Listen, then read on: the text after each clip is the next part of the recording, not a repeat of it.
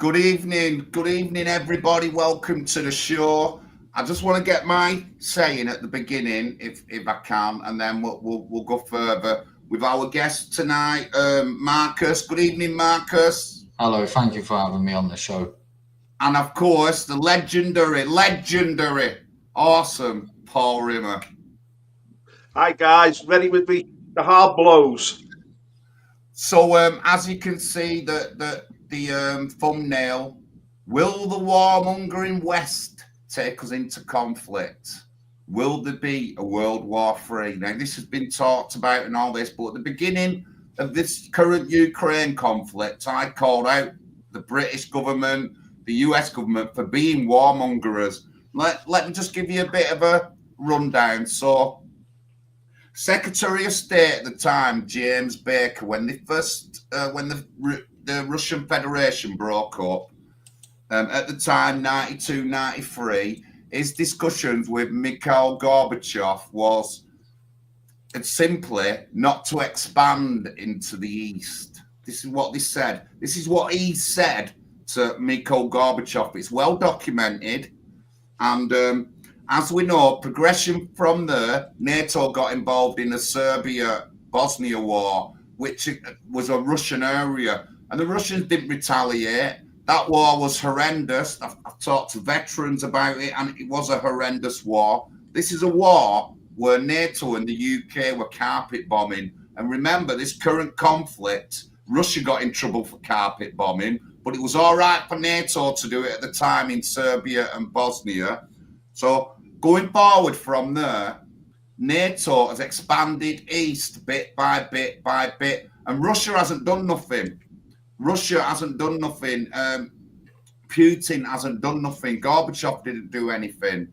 And then at the time, the Ukraine, the leader of the Ukraine was ousted in a Western-backed takeover, put Zelensky in place.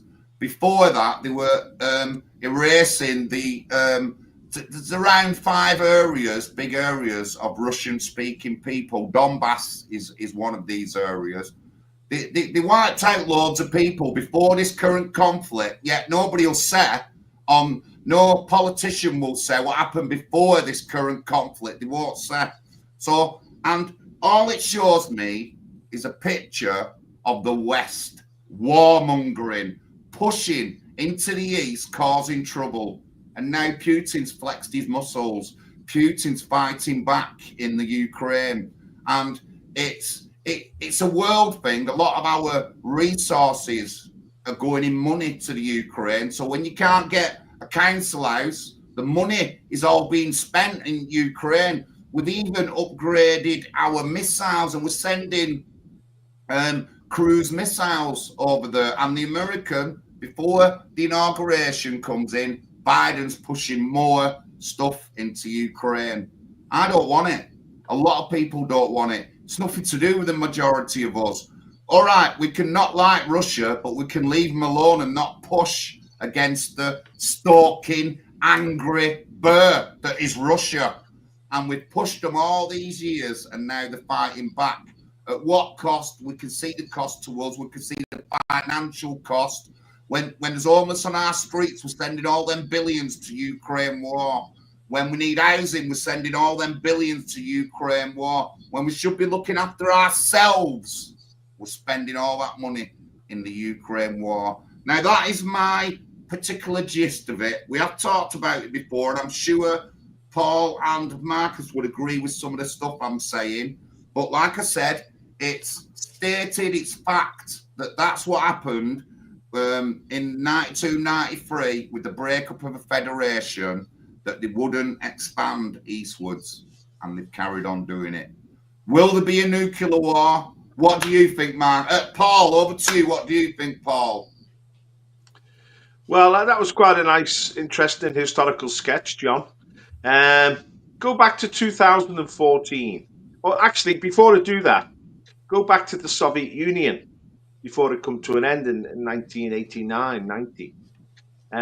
These borders of Ukraine were internal borders in the Soviet Union. They were not meant to represent a nation state. They were not meant to reflect sort of ethnic groups. They were simply the way the Soviet Union was administrated, and they mean very little. So Ukraine itself is just a phantom created by the Soviet Union. It actually means very little. The word Ukraine just means frontier land. The Ukrainians as a people actually are a mix of religions, of languages, of regions, massively different. But the east of the Dnieper River before 2014 was exclusively Russian speaking. I mean, the Ukrainian language is just a dialect of Russian, which was largely spoken by the peasants. Now it's been upgraded to a national language. It never was. Russian was the national language of Ukraine.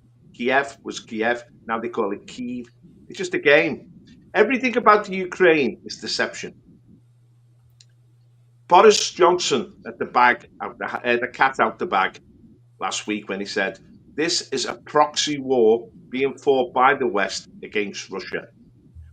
In 2014, when they had the coup which overthrew the legitimate government in Kiev and imposed what became this phantom government of Zelensky,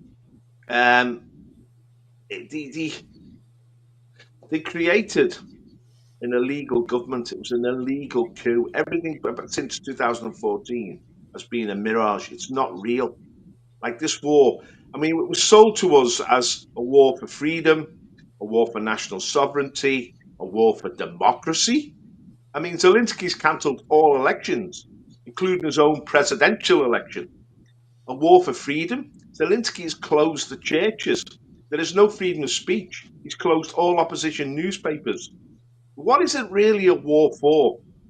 It's a war being waged by the West on behalf of Israel against Russia. Why is it on behalf of Israel? Because Russia is a threat to the status quo in the Middle East. Russia is a strong ally of Iran, and Syria, as we're seeing at the moment, and Hezbollah. And the Israelis are very keen to keep the Russians out of the Middle East with their clout. And they thought one of the chief ways they could do this was tie Russia up in the Ukraine. There were other motives as well. I mean, Russia is a vast country beyond our imagination. Russia is the size of America and Canada combined.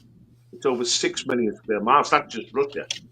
The Soviet Union was 11 million square miles. And don't forget, the West is being hollowed out now. The West has lost its confidence. Woke culture, the collapse of Christianity, the collapse of the family, they destroyed the West. The West has lost its soul. So the West is feeling very insecure. And this is one of the reasons why they're launching this war against Russia. Just as Israel feels insecure in the Middle East, the West feels insecure. And Russia's become the bogeyman, the danger to us, the perpetual danger. So they've launched this war to undermine Russia, to break up Russia before Russia got too strong. You see, Putin was on the right track. He'd revived Christianity in Russia. He'd revived the Russian state. He'd revived the Russian military. Russia was becoming quite formidable. The West thought, we've got to get in and smash Russia before it's too late. It reminds me in many ways of the Crimean War, Palmerston, in 1855. And we attacked Russia because Palmerston said Russia was becoming as strong as the Roman Empire. And just at the end of the negotiations of that war in the Crimea, the British insisted that the Crimea be given back to the Muslim Ottomans. Well, the Russians said, no, that's no condition. The war will continue if you insist on that. And it was the French who stepped in and said, no, that's an unreasonable condition. Because this, again, is about the Crimea. The Crimea has voted to remain part of Russia. It's never been a part of Ukraine. And therefore, it's illusory to think that it belongs to the Ukraine, just as Donetsk and Luhansk and these provinces in the east were always part of Russia historically. Ukraine consists of 4 regions. Southern Russia, which is the belt along the Black Sea, Little Russia, which was the area east of Kiev, Kiev Rus, and Galicia in the west. Galicia is the key here, because Galicia is Catholic, and it looks towards Europe. It was part of the Austrian-Hungarian Empire. It's always wanted to separate itself from Russia. It's never submitted to Russia. And what the CIA did and the Americans is they armed the Galicians, not the Ukrainians, the Galicians. That's why they're called neo-Nazis, because they were very strongly allied with the Third Reich in the Second World War. They fought with the Third Reich. So America and the CIA fermented this nationalism in Galicia. They armed the Galicians, they financed the Galicians, and they gave them the power to take over the Ukrainian state. Zelensky, of course, is not a Galician. Zelensky is a Russian Jew. And he was put in place by Tony Newland, who was the American Secretary of State, who was another Russian Jew. And he has been financed and pushed and armed by Antony Blinken, who was another Russian Jew. And of course, Zelensky was put in place by the oligarchs, the Jewish oligarchs in the Ukraine. Because when the Soviet Union collapsed, the only ruling class left in these Soviet republics was the ex-communists. There was no ruling class. Once they removed the ex-communists, there was no ruling class. And into this vacuum stepped this international Zionist elite and took over. So this war, the whole thing is a phantom. The West is being used by Israel to tie up and break down Russia. And of course, you've got another group called BlackRock, which is a big, the American conglomerate. And they want the land. See, the assets Russia has huge oil reserves. It has huge mineral reserves. It has huge reserves of timber and natural resources, water power, but it also has a huge amount of land for growing crops. And BlackRock want this. This is where trillions upon trillions. So there was all sorts of interest came together. So the West has financed this war against Russia. The Ukrainians are like a mercenary army. Most of the Ukrainian police force is distributed on the borders of Belarus, Romania, and Poland, not to protect Ukraine, but to stop Ukraine from leaving. It's all an illusion. The Ukrainian people have become captive to Zelensky's dictatorship. I saw an opinion poll last week which said 16% of the Ukrainian people support Zelensky. They're the Galicians. They're the people in the West. The rest of the Ukrainians don't want nothing to do with this war. They're being, captured and taken to the front. They're being, forced to fight. There's mass desertions in the Ukrainian army. The only reason the Ukrainian military are sustained in this war is because the soldiers are bought, given a lot of money to fight. It's a mercenary army, effectively. They're given a lot of weaponry off the Americans. And all these attacks on Russian strategic assets, Russian bases, Russian aircraft, they're all coordinated by the Western Army. The SAS are in the Ukraine. The Americans are in the Ukraine. You've got mercenaries in the Ukraine. The French are in the Ukraine. This is a NATO war against Russia. But ultimately, what's the goal? They thought they could force the Russians to crumble through sanctions, through pressure, through political pressure. But we've seen the emergence of this. It is a world war because there's a new global bloc emerged of Iran, China, Russia against the Zionist-led West. Now, the interesting thing here, which is really emerging, is what are the Sunni Muslims going to do? The Turks, the Saudis, the Egyptians. Whose camp are they going to go in this world war? They haven't decided yet. I mean, the Russians are negotiating with the Turks, the Iranians are negotiating with the Saudis, but it's all the Zionist modus operandi is divide and rule. They want to set groups against each other: Sunni against Shia, Muslim against Christian, West against East. If they can get people to fight each other, they can have the control of them. It's like a dogfight where they're dogs. But if people rebel against this, if they rebel against this Zionist plot, if they see it for what it is, because it's always camouflaged with we're fighting for democracy, we're fighting for freedom, absolute nonsense. Always demonize your enemy. The Russians are terrorists, the Russians are this, absolute nonsense. But if we can see through this and see past this, I know, and this, we're going to have to get back on this. This is the big issue. I'll finish for now, but the Trump issue. What is Trump going to do in the future? So there's a lot of issues around this Ukrainian situation. a lot of issues. Marcus? So this is just another, obviously, proxy war, a bit like Vietnam was. Obviously, it's the Western powers trying to flex their muscles. Like John said, they did say that NATO would go nowhere near Russians' borders. Now, I'm not exactly pro-Russia, but I'm actually not pro-Ukrainian either. Per usual, as a British nationalist, I say that we shouldn't be getting involved in these kind of things. But it is evident how much the deep state is exposing itself at this moment in time. I mean, they talk about democracy, like Paul said. When it comes down to democracy, well, they only care about democracy up until the United States actually staged a revolution inside of the Ukraine. So it's okay when the democracy is obviously being controlled by America and NATO, but it's not okay when it's someone else doing it. Now, another hypocritical thing that I find funny is this. They were talking about, and I don't know if it's necessarily true, John, Paul, you may be able to correct me on this.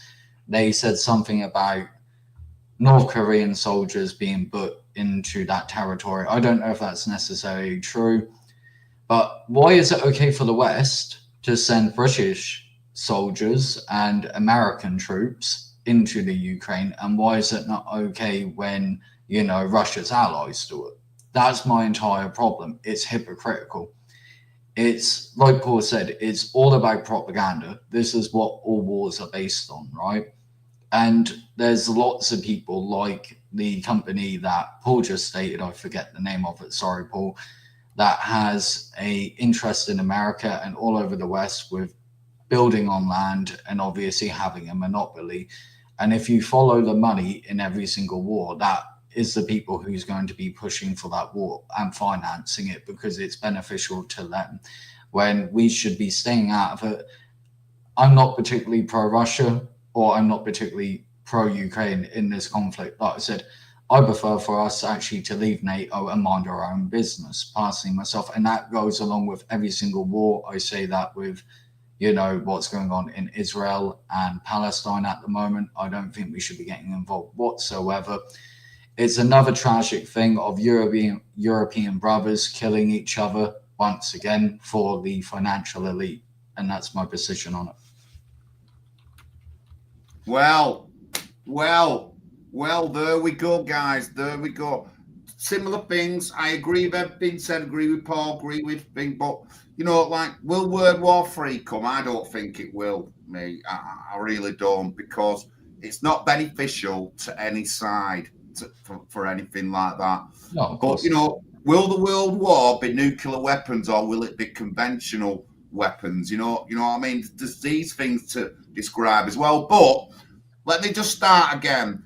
We're talking about this because it's making a big dent on the British government, how much we owe in money. We're sending billions to Ukraine.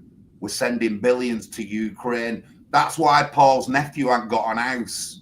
That's why Marcus has had to wait 2 years. That's why me and my mum had to wait 1 year and 3 months. We don't have any money over here, but we've got money to give to Ukraine.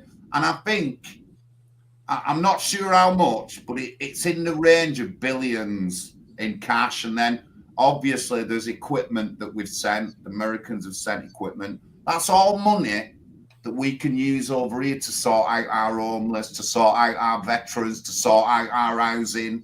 So yeah, this should be a talking point. And as a local councillor, when I've knocked on doors, people have talked about this. People are saying, why we're going to war in Ukraine, it's nothing to do with us. Why are we spending all that money?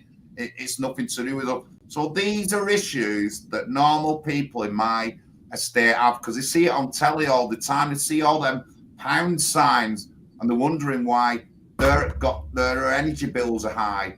They're wondering why their food prices are high and all that. They're wondering why everyone needs housing, wondering why this service in here, wondering why we're falling apart. So this is a big thing to do with the United Kingdom. As Marcus says, we shouldn't be involved in any stinking, crappy foreign conflicts or wars around the world. Israel and Palestine is nothing to do with the majority of UK people. Russia and Ukraine is nothing to do with the majority of UK people. But we've got to remember, a lot of our politicians are paid off by certain people and all that, and they get favours done by foreign states, Israel, foreign states, Islamic states in the Middle East, foreign states, China. China has been buying off MEPs and our MPs as well. So we need to get out of all this, but I don't particularly think a World War III will be here. You've raised some serious issues there, John, especially about the nuclear brinkmanship, which is slightly mad, really. I mean, Russia have rolled out their nuclear missiles. They've upgraded their nuclear missiles. There are people in the West calling for the Ukraine to be given nuclear missiles. This is dangerous. This is very, very dangerous, because we're seeing now that this whole arena is becoming an experiment ground for the use of different missiles, different weapon systems. All the sort of weapon manufacturers around the globe are using the Ukraine as just a test ground for their products. And the Ukrainians, I mean, wow, a country has been decimated in this war. You talk about the money that Britain's put into the Ukraine, might be 10, might be 20 billion. A lot of money, 20,000 million. Could have made a big difference in a lot of areas in Britain. But America has put hundreds of billions of dollars into the Ukraine. Incredible amount of money. The Ukrainian economy is now effectively redundant. It's collapsed. And we are financing the Ukraine. We're financing its social system. We're financing its economic system. We're financing its military. And it's a big country, and it costs a lot of money. And modern war is very, very expensive, especially when you're fighting Russia. And Russia has shown itself as capable of sustaining a long-term war. This has gone on for over 2 years. Of course, China is supporting Russia, maybe stealthily, but they are. And Russia's got other supporters, North Korea now. Marcus talked about North Korea. The North Korean troops are not in the Ukraine. They're in Kursk, which is part of Russia. See, so that's legitimate because Russia invited them onto their own territory. They're not fighting in the Ukraine. They're fighting in Kursk. Of course, the Ukrainian army, which effectively invaded Russia when it attacked Kursk, was mainly made up of mercenaries from all over the world. So you've got this battle going on in Kursk, North Koreans against all sorts of mercenaries that are fighting for the Ukraine. We've just seen a British mercenary captured there. It's a proxy war again. You know, it's really a war between the Zionist-led West doing the bidding of Israel against the Russo-Chinese, Iranian Eastern Bloc, and this is an attempt. It's an attempt to damage and to tie down Russia, but in many ways to strengthen Russia, because Putin has renewed Russia through this war, and the Russian military has proven itself capable of sustaining, and it's far better than it was at the start of this war, and it's gained a lot of experience and a lot of knowledge of how to use its weapon systems. So that could seriously backfire. Now, not only has Britain spent billions on this war, of course, America, hundreds of billions. But other Western European countries like France, Holland, Germany have poured money into the Ukraine. And we've gutted our own military to finance them and to provide weaponry for them. And this has impacted our economies, especially after COVID. Our economies are already gutted. We've had inflation, we've had the cost of living crisis, and it's ongoing, it's lingering. I mean, Labour is like stumbling from one crisis to another, and we're going to have a real economic crisis soon. And, Starmer hasn't got a clue, basically. He is just there. He's a sort of just a puppet of the global Zionist elite. And he's leading us down a very dark path to perpetual war here. Because the reality is, this situation could all change very, very quickly. If the Ukrainian army collapses, if the Russians get momentum, if the Iranians move into Syria and Lebanon, this could all change very quickly, and it could become a very different war. I mean, if the Russians break through and the Ukrainians crumble, say there's a coup against Zelensky, or because the Ukrainians don't want to fight this war now. They want a way out. And we're going to have to get on to Trump and what impact Trump is going to have on all this.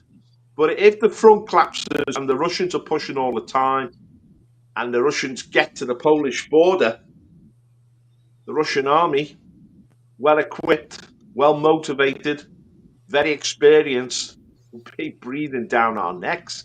Russia never wanted a war with the West, but Lithuania, the Baltic states, Poland, and there's an election in Romania now where the Russians are mobilizing their support in places like Hungary, Romania, Georgia. This could actually possibly escalate. But the thing is, the Russians know that the West hasn't got it in them to fight anymore. Have we really got a British army that could defend Britain against a major power anymore? No. We'd have to rely on the Americans. And that's why Trump is going to be absolutely crucial. And I'd like to hear your opinions on what impact you think Trump will make on this whole situation. Marcus? Well, I think he's a strong leader, isn't he? I also think the fact that he was able to talk to Putin and also Kim Jong-un as well shows that he's a strong leader.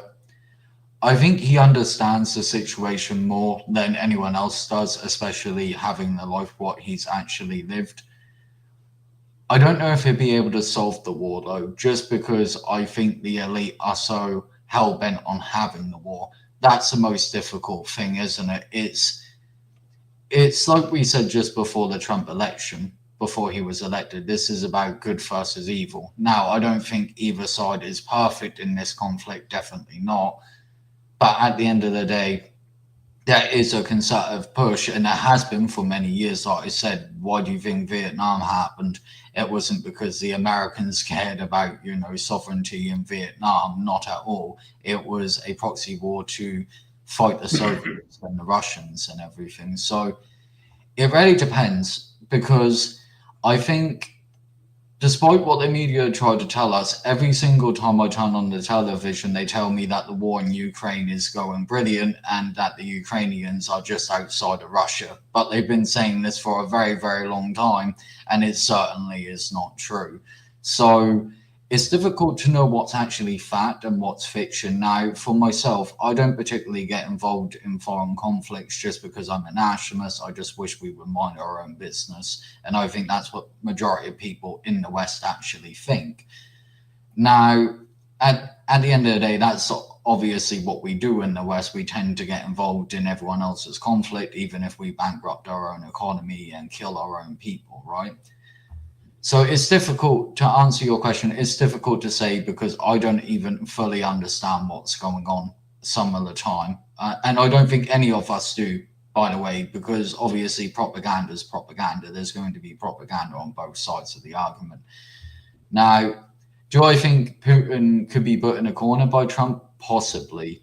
But it's going to be very difficult, and the elite isn't going to want him to do that. So I just don't know. This is more than just about America. This is about the entire deep state all over the world, the people who control everything, the finances, the banks, the industrial complex. And that's more than just America, by the way. That's all over the West. They control the armies, they control the finances. So Trump has a lot to kind of do and a lot on his hands. So let's see. That's all I can say on that, really.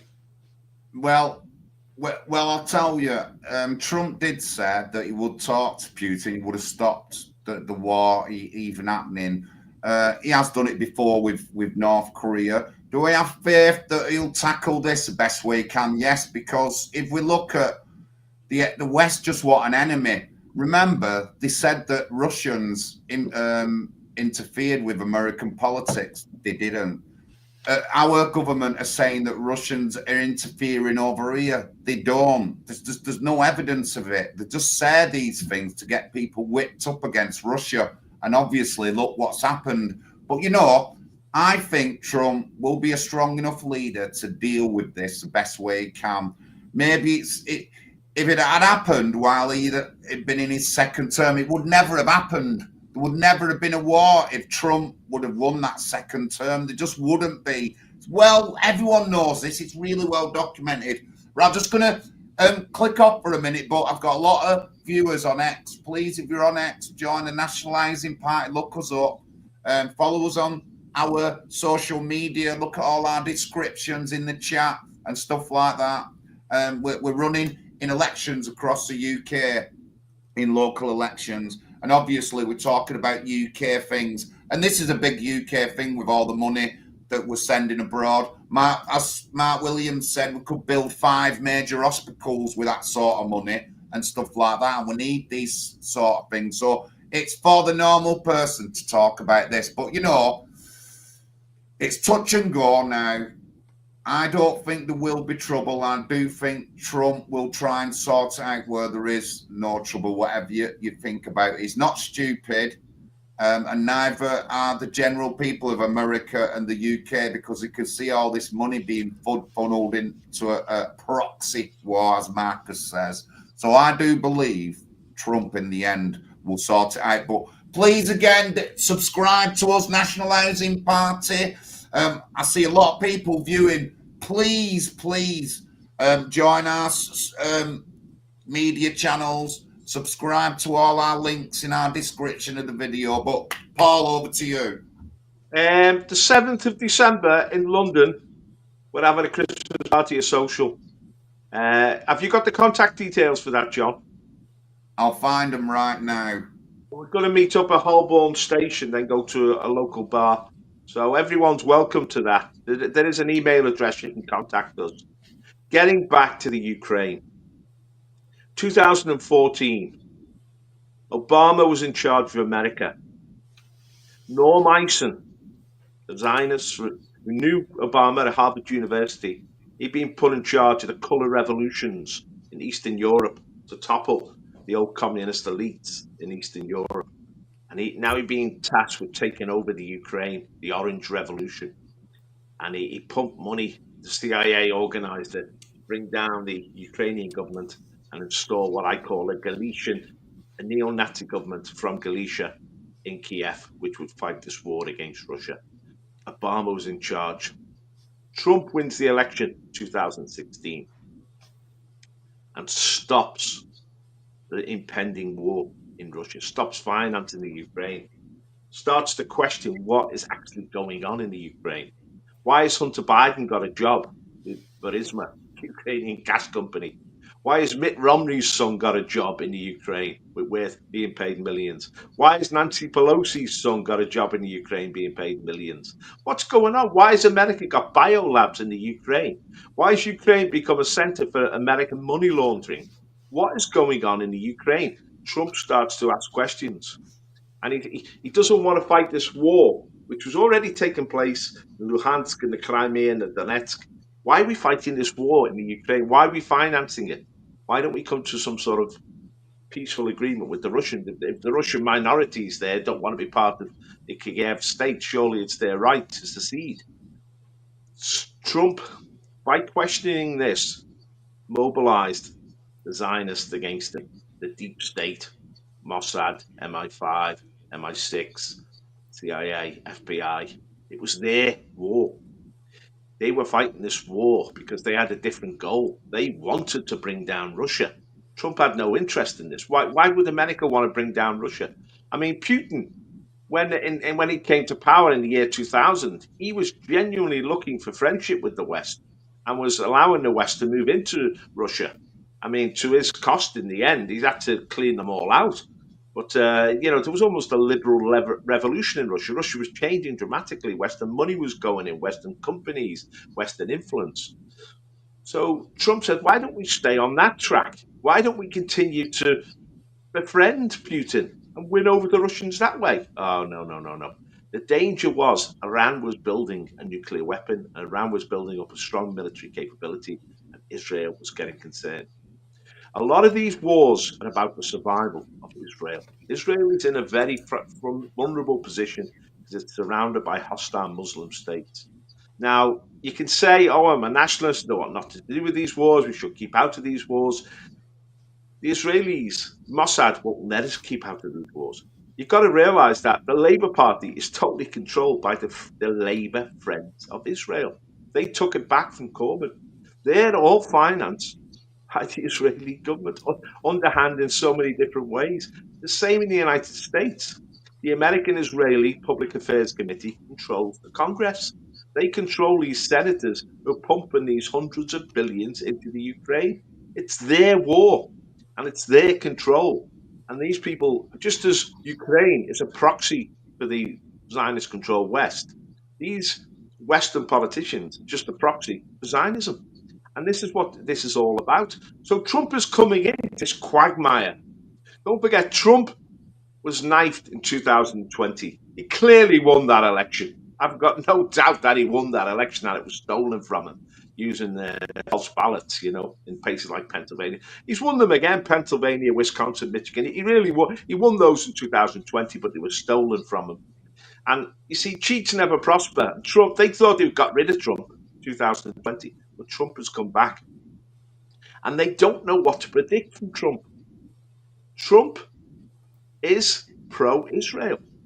Trump is pro-Jewish. But he's America first. He's not going to let the tail wag the dog. He will look after the Jews as he sees fit. He's not going to let the Zionists control him. And that's what they hate. They must have total control. Trump is his own man. And Trump does not regard Putin as the necessary enemy of America. He thinks he can do business with Putin. And this is where the Zionists get very angry with Trump, because they know that if they allow Trump and Putin and China to come to sort of agreements, they get pushed out. They get excluded. You see, one of the real problems in the new global world order is the Zionists do not control China. China's getting too big now. It can influence too much around the globe. The reason Russia survived, really, is because they've had Chinese support. Now, Trump is going to come at this from a pragmatic point of view. How can I placate the Ukrainians? How can I placate the Europeans? How can I placate the Russians? I don't want this war. I don't want to see all these hundreds of billions, maybe trillions of dollars going from the West into this war and dragging down the economies of the West. Trump is a businessman. He wants prosperity. He knows that as long as this war continues, and it might escalate, and it's unpredictable. War is unpredictable. You don't know where war's going to go. I mean, it's like a fire. It can suddenly rage and take off everywhere. Trump wants to quench these flames. But he's got to do it in a way that the Zionists don't come with the knives for him straight away. He's got to balance keeping the Zionists sweet, keeping the Russians sweet, and putting America's interests first. It's he's juggling different balls in the air. But Trump has shown himself capable of doing this in the past. Because Trump is a pragmatist and a patriot, he usually sees the way forward and he brings people with him.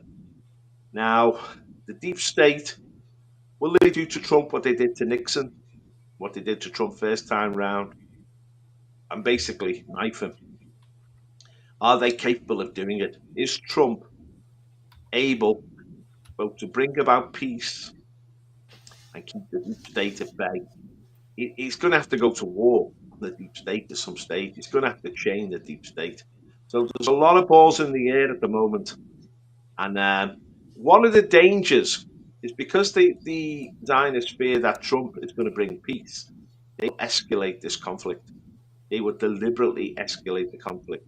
I think at the moment we're seeing this in Syria and in Lebanon. They're deliberately escalating the conflict because they need chaos. They need turmoil so that their enemies cannot consolidate themselves. So it's a dangerous game they're playing. But we know this for certain. The Labour government in Britain is just the puppets of the globalist Zionist elite. They're absolutely worthless. And it's only really Trump that can get us out of this fire. If Putin does get a victory in Ukraine, if he pushes west, that could create a lot of fear and a lot of trouble ahead. Really, we need peace as quickly as possible. And Trump might have that capability. Only the Americans can do this. Never underrate the true Americans. They're very capable people. And I think Trump showed in 2016 that he could bring peace. He could do it again. and he's more realistic this time. He's getting a bit older. He's 78, but he's got a team around him, a good team around him. That one piece, you know, Bobby Kennedy and Elon Musk and his own son and you know, JD Vance. These are all clear thinking people, you know, the bros as they're called. So the thing is with Trump, he's still got how long? Another 6 weeks till he takes over. 5-6 weeks. You know, what are they trying to do? They have to put a pump of money. They're trying to escalate the conflict now. This is the problem. They might do something mad in this 5 or 6 weeks. Because if they fear that Trump is going to bring peace and not on their terms, they may try and torpedo Trump. What do you think, Marcus or John? Hold on, Marcus. The question for Marcus. So, me and Paul are past. I'm 57. Paul's certainly over 60. But are you going to go to war for Britain in the Ukraine, Marcus? Because you are that age. Right. Okay. So I was actually asked this by my family. So my mum and dad asked me this the other day. So they said to me, as a nationalist, would you want to go fight in the Ukraine? I said no, because it's got nothing to do with us. But I said, like any nationalist who didn't want to go to war in the Second World War and wanted to stay neutral, for example, if the life of Britain was if the life of Britain was obviously threatened and our sovereignty was threatened, I would fight, but I wouldn't be fighting for Keir Starmer. I would be fighting for my blood and soil, if you will.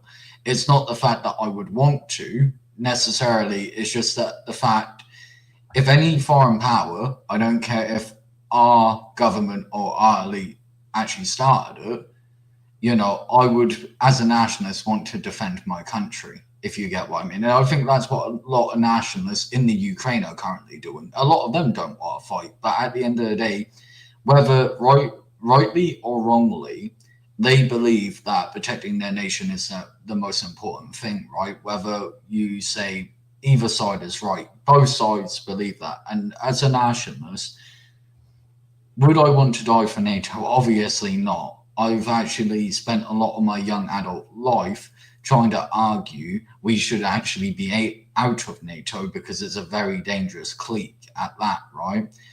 So it's difficult. So if Russia was to invade, I would pick up a gun and fight, obviously, right? But if Keir Starmer says you're going to the Ukraine and you're going to be dragged into the army, I would say no, that's not happening, if you get what I mean.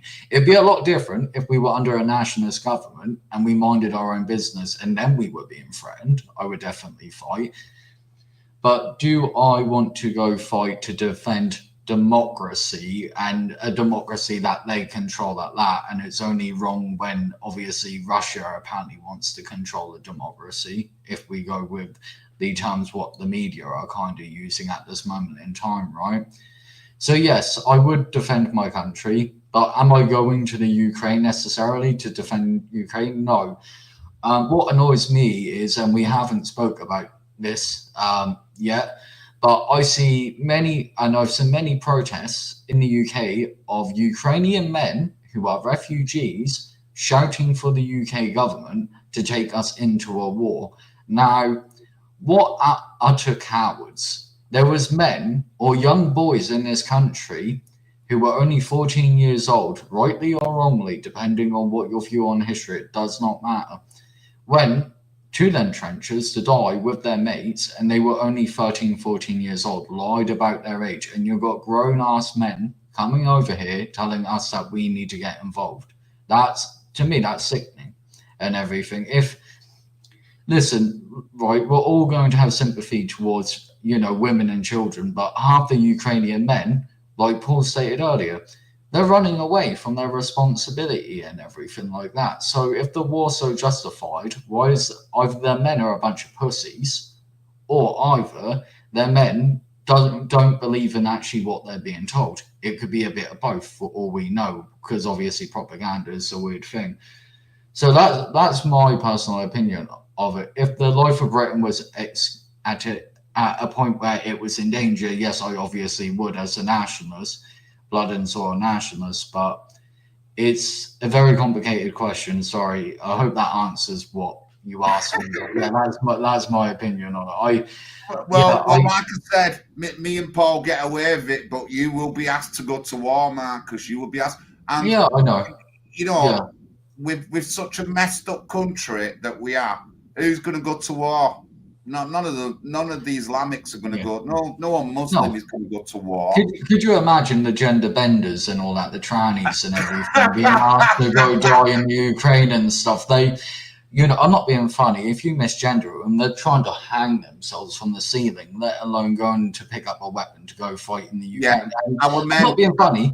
Russian men are actually men. You're right. Our men have been feminized. The weak. Yeah. Our men are weak. Yeah, Russian men are actually men, mate, because they actually make their boys go in the army and turn them into men and stuff. Although I'm not, like I said, I'm not pro-Russia or pro-Ukrainian. But to be quite honest, if I was going to say who are the more masculine men out of the British men, even as the nationalists, I'm going to say it's actually the Russians, because they actually have Christianity. Their church hasn't actually been taken over by a bunch of freaks and all that claiming to be transgender. So, of course, that, it's going to be a difficult war, and we'll probably get our ass kicked. I could imagine we would lose quite badly. And that's another thing what annoyed me about this entire situation, right? Not just because... Can I just ask, where did you get that gender bend?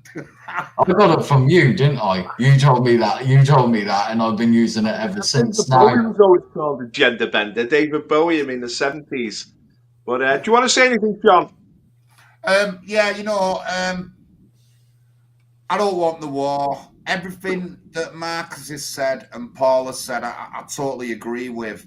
And, Paul talked about the Zionist influence, and that's wrong. We shouldn't be influenced by people outside of the UK, which is causing a lot of trouble politically in our own land and stuff like that. These people are influencing policies that come into working class people. So, when Keir Starmer arrested all them people, it's a wonder where his thoughts and policies have come down, and the people have been pushing him to do this. You know what I mean? It really is disgraceful. But in the end, it's a waste of money, that war, when that money can be spent over here on us. That money can be spent developing Britain, getting us out of the cost of living crisis, the fuel crisis. That money can be spent over here, and a lot less people would have been killed. I'll give you a brief history of the thing. At the current moment, our government politician will not talk about pre-2014 because NATO were nasty.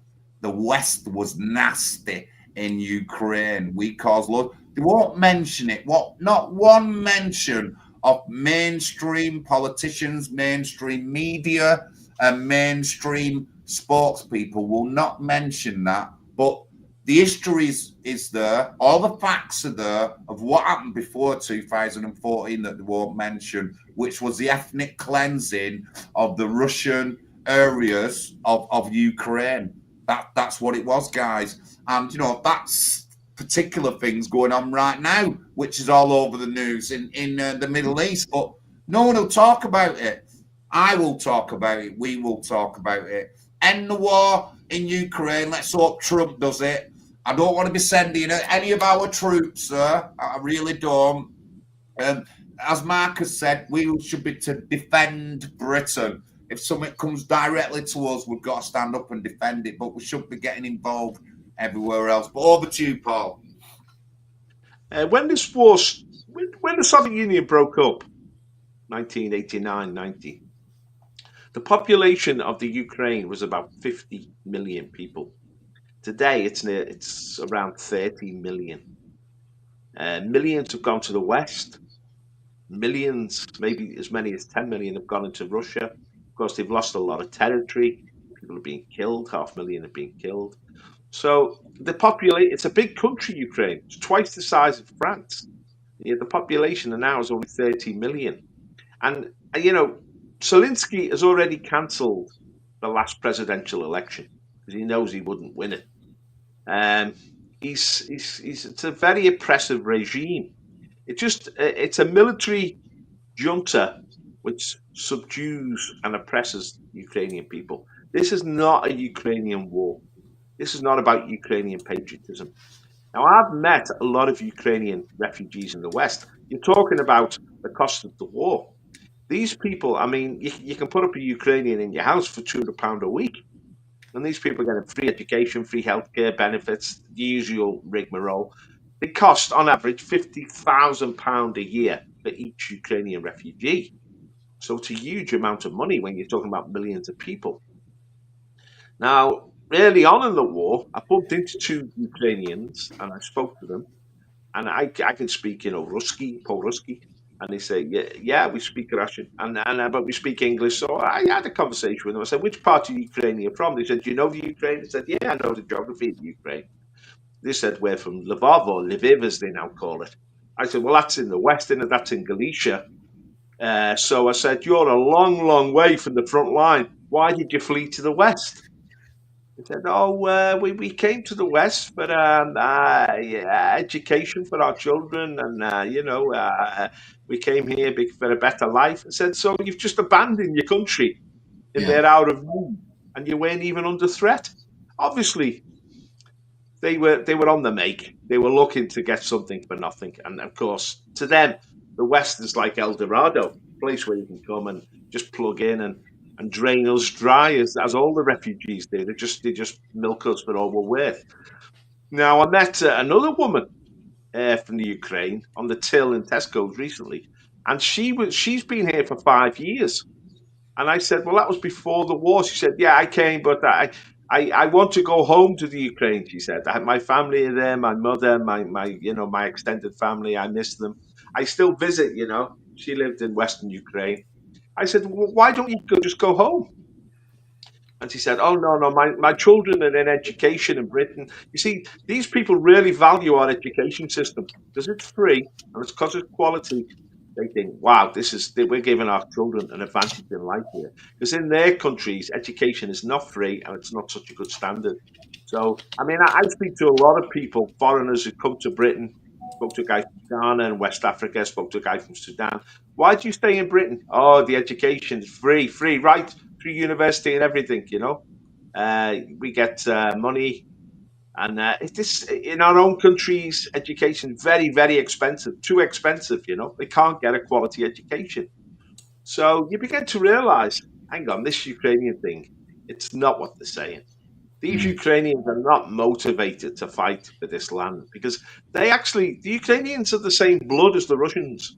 They've got the same history. Russia was founded in Kiev. It wasn't founded in Moscow. Russia's origin was in Kiev. That's little Russia. Russia, all these places like Donetsk and Luhansk, these were industrial areas which were populated by Russians. The Russians have intermarried with the Ukrainians. And in the east of the Ukraine, they're Russian Orthodox in their faith. Now, in the West, they tend to be more Roman Catholic or Greek Catholic. So they're slightly different. So Ukraine it's not in any sense a homogeneous society or a historic nation.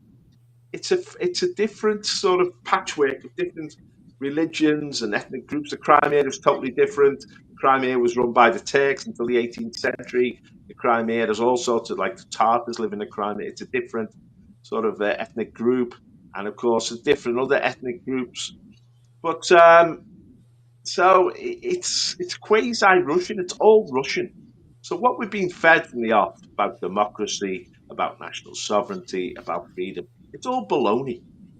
They could have easily negotiated a reduced-sized Ukraine in which the overtly Russian minority could have returned to rule of Moscow.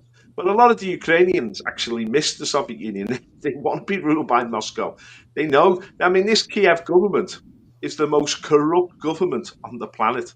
So we're sending billions over there. And these Ukrainian oligarchs and Ukrainian sort of government officials have bought houses on the south of France, villas. I don't know if you've seen this, driving around in Porsches, send all the kids to the best schools in Britain and France and the private schools.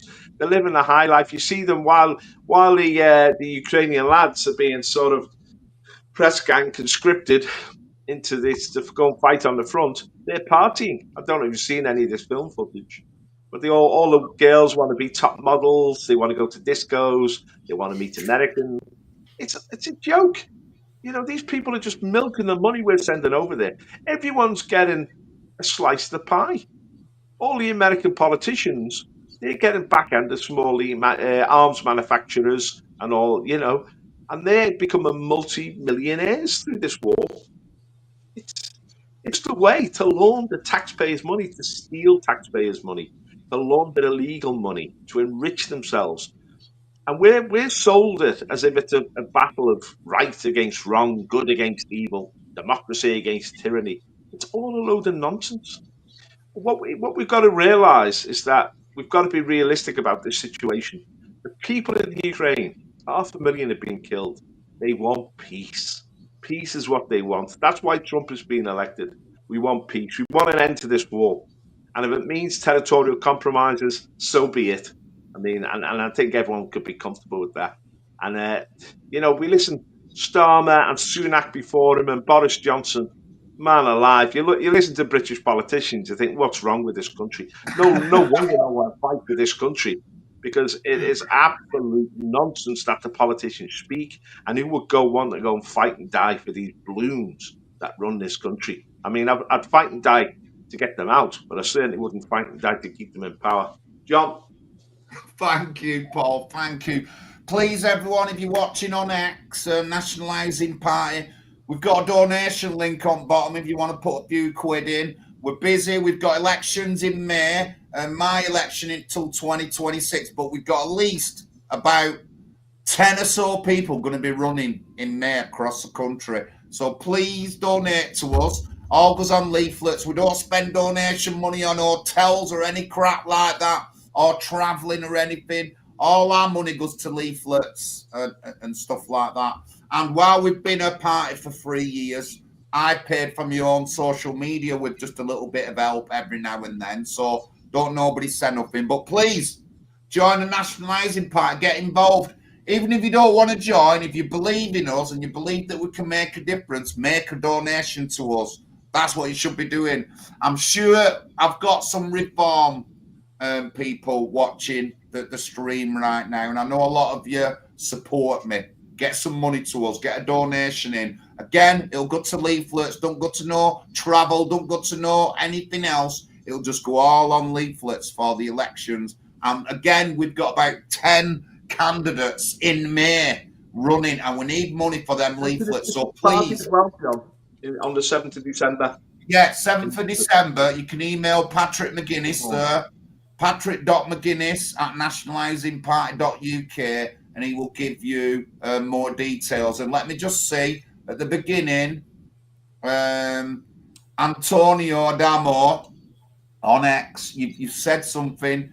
Contact Pat by email, and then you can you'll be quite welcome to come. But yeah, so that's on 7th of December. 7th, did you say, Paul? Yeah, so it's this week, innit? This Saturday, yeah, this Saturday. I doubt it. I'm coming down, but we said that from the beginning. A bit difficult for me at the moment, but please look into us. Look, we're looking for support. We need support across a lot of areas besides running candidates, but we do want running candidates. You can be a paper candidate if you're confident. We can build you up from there. But yeah, join us. Join the Nationalising Party. Please donate to us. There's a PayPal link there. NHPUK. Again, all our money goes on leaflets. We're a registered political party, so we have to keep track of our finances, which we do. So we can't filter money to anywhere else. It's got to go on what we say it's got to go on. So, but thank you for everyone joining us tonight. Thank you to our panel. Very interesting chat tonight. Even though it's Ukraine and Russia, it's affecting us all the time because all the money we send there. And as Mark Williams said, we could have 3 massive new major hospitals built with £5 billion. And we should be looking and focusing on UK citizens. I agree totally with Paul. And the influences from outside the UK, a big Zionist influence from Israel, Chinese influence over all the EU people and people within Britain. And these people are the enemies of the UK because they keep us in wars and they just want their stuff done. You know, they're Can I not just say this interested. before we go, John? Well, Everybody's talking about Zelensky, Putin, Trump, war, Ukraine. All we are saying, give peace a chance. All we are saying is give peace a chance. We want peace at Christmas. Jesus has come, and we want the King, the Prince of Peace, to bring peace on earth finally in the Ukraine. Get it done, Donald. Get it done. Cheers, guys. Marcus, last words. All I would like to say towards the end is this. Do I legitimately think that Putin wants to take over Ukraine? No. Look how big the Russian army is, for goodness sake, you know, and how much it's costing him for this war, for that piece of land, really, which is ex-part of the, you know, SSR. I truly believe if Putin wanted to take Ukraine, he could have took it by now. Honestly, if you look at the size of Russia and you look at the size of the West and also how badly our armies have been kept, he could quite easily take over Ukraine. Also, all I would say is this as well. If we did get in a war with Russia, I think I read somewhere the other day, we wouldn't even last a week, and we're giving all our like military stuff over to Ukraine. So that says it all, really, and I'll just kind of leave it there. You know, I don't even know what to say with this situation. It's so stupid. Thank you, Marcus, and thank you, Paul. Good night, everyone, and we'll see you next week at 8 p.m. Don't forget, I'll be on live Friday, 9 p.m, late night veteran show. But this is the NHPUK. My name's John Lawrence. Thank you very much.